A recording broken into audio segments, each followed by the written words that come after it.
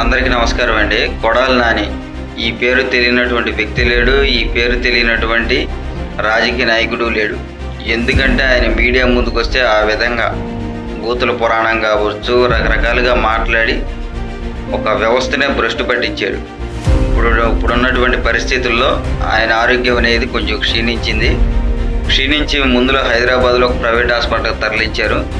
అక్కడ వైద్య బృందం ఇక్కడ మా వల్ల కాదని చెప్తే ప్రజెంట్ అయితే ముంబై తీసుకెళ్తున్నారు. అయితే ఈ ముంబై తీసుకెళ్ళడానికి గల కారణాలు ఏంటంటే ఆయన హార్ట్కి హోల్స్ పడ్డాయి, కనీసం 2-3 హోల్స్ పడ్డాయి అంట.